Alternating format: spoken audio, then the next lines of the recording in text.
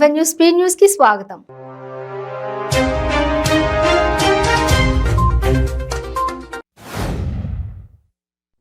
America పర్యటనలో ఉన్న భారత ప్రధాని నరేంద్ర మోడీకి అడుగడుగున ఘన స్వాగతం లభిస్తోంది. వైట్ హౌస్ కి చేరుకున్న మోడీకి జో బైడెన్, ఆయన సతీమణి జిల్ బైడెన్ ఘనంగా స్వాగతం పలికారు. ఈ సందర్భంగా ఇరు దేశ అధిపతులు భారత్, అమెరికా రక్షణ సహకారంపై ప్రధానంగా చర్చించారు.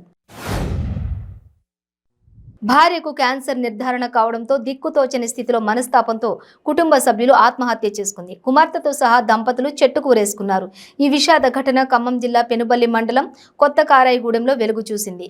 కొత్త కారాయిగూడెనికి చెందిన పోట్రు కృష్ణయ్య, సుహాసినిలకు అమృత అనే కుమార్తె ఉంది.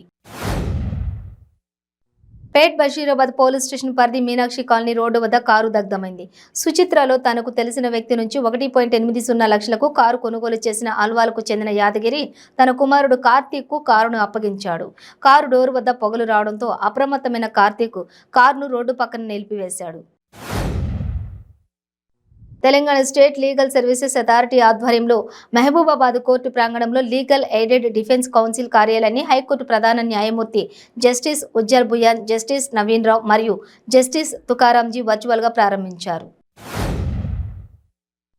నల్లగొండ ప్రభుత్వ ఆసుపత్రిలో ఇద్దరు కవల పిల్లలు మృతి చెందడంతో కలకలం రేగింది. వైద్యుల నిర్లక్ష్యమని బంధువులు ప్రభుత్వ ఆసుపత్రి ముందు ధర్నా చేశారు. ఘటనకి బాధ్యులైన ఆసుపత్రి సిబ్బందిపై కఠిన చర్యలు తీసుకోవాలని బహుజన్ సమాజ్ పార్టీ డిమాండ్ చేసింది. దశాబ్ది ఉత్సవాల పేరుతో అధికార పార్టీ నిర్వహిస్తున్న కార్యక్రమాలు పూర్తిగా పేద ప్రజలను ఇబ్బంది పెట్టే నీచపు చర్యగా అభివర్ణించారు. ఏలూరు జిల్లా ద్వారకా తిరుమల మండలం తిరుమల పాలెంలోని మహిళలు ప్రభుత్వ తీరును నిరసిస్తూ ఆందోళన బాటపట్టారు. తమకు వెంటనే ఇళ్ల స్థలాలు కేటాయించాలని ధర్నా చేపట్టారు. దీంతో అక్కడ ఉద్రిక్తత పరిస్థితి ఏర్పడింది. వారికి ఏం సమాధానం చెప్పాలో తెలియక అధికార పార్టీ నేతలు తలలు పట్టుకున్నారు. తిరుమల పాలెం పంచాయతీలో అర్హులకు గతంలోనే ఇళ్ల స్థలాలు మంజూరయ్యాయి. అనంతపురం నగర శివార్లోని ఎస్ఎల్ఎన్ జూనియర్ కళాశాలలో బైపీసీ విద్యార్థిని ఆత్మహత్య చేసుకుంది. కళ్యాణదుర్గం మండలం గొల్ల గ్రామానికి చెందిన షేక్ షమీషాది అనే విద్యార్థిని నగర శివార్లోని ఎస్ఎల్ఎన్ జూనియర్ కళాశాలలో ఇంటర్మీడియట్ ఫస్ట్ ఇయర్ చదువుతోంది. హాస్టల్లో ఉరేసుకుని ఆత్మహత్యకు పాల్పడి మృతి చెందింది. విశాఖపట్నం కుర్మన్నపాలెం ఆర్టీసీ డిపో వద్ద రోడ్డు ప్రమాదం జరిగింది. లారీని బొలెరో వాహనం ఢీకొట్టిన ఘటనలో ఇద్దరు మృతి చెందారు. మరొకరికి తీవ్ర గాయాలయ్యాయి. వీరంతా షీలానగర్ స్పీడ్ వైస్ లాజిస్టిక్స్ లో పనిచేస్తూ ఉన్నారు.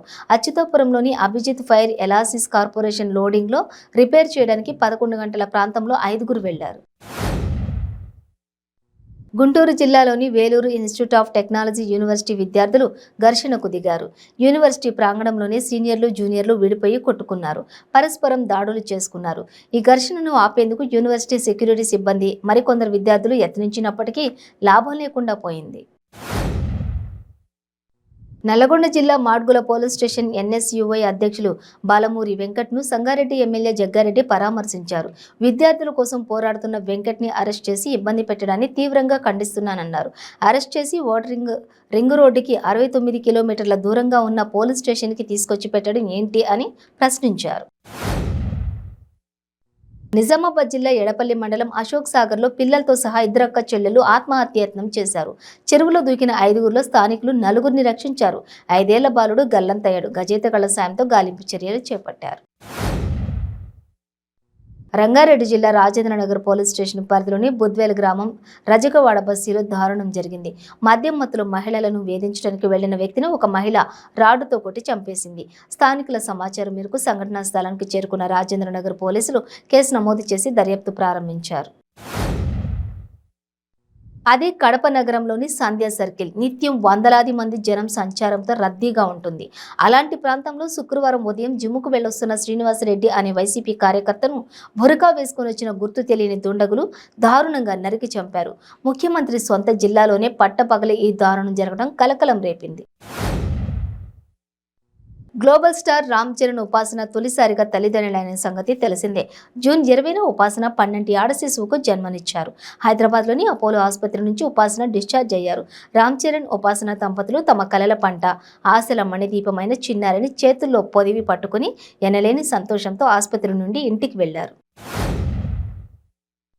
మోపిదేవి శ్రీ సుబ్రహ్మణ్యేశ్వర స్వామి దేవాలయాన్ని కేంద్ర మంత్రి డాక్టర్ భారతీయ ప్రవీణ్ పవార్, బీజేపీ రాష్ట్ర అధ్యక్షులు సోము వీర్రాజులు దర్శించుకున్నారు. వారికి ఆలయ అధికారులు పూర్ణ కుంభంతో స్వాగతం పలికారు. రాష్ట్రంలోని దుకాణం సర్దేసి చంద్రబాబు పవన్లు వెళ్లిపోతున్నట్లుగా పవన్ వ్యాఖ్యలున్నాయని రాష్ట్ర ఉప ముఖ్యమంత్రి కొట్టు సత్యనారాయణ అన్నారు. పశ్చిమ గోదావరి జిల్లా తాడేపల్లిగూడెంలో ఆయన మీడియాతో మాట్లాడారు. Hello AP, by by YCP అంటూ సినీ ఫక్కీలో పవన్ డైలాగ్ చెప్పారన్నారు.